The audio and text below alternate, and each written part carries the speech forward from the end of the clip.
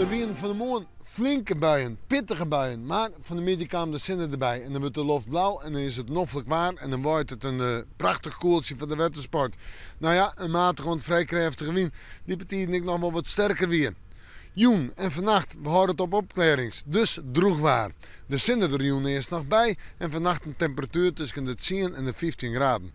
Dat zijn best wel grote verschillen, maar het had te krijgen uit zeewetter dat de temperatuur op de eilanden heen luidt. En de wind, nou die komt uit het zuidwesten en westen waai en die is zwak of matig. Ja, die kan in het watergebied nog even vrij krachtig wezen. Dan zetten we terug naar morgen. En morgen wordt een dag mooi, ja, in het watergebied en op de eilanden droegwaar, hoor ik het op, maar zinnen.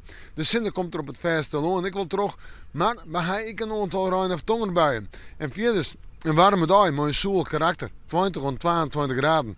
En de wind, nou die zal zwak of matig wezen, komt uit het westen en zuidwest waai.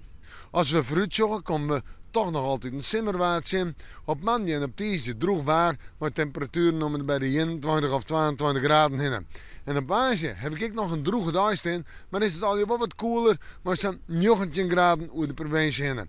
Nou ja, de zin is erbij. Uiteindelijk prima simmerwaar de komende dagen. Alleen nog morgen wel een aantal ruin- of tongerbuien. We maken manje, maar weer even in het waarsje.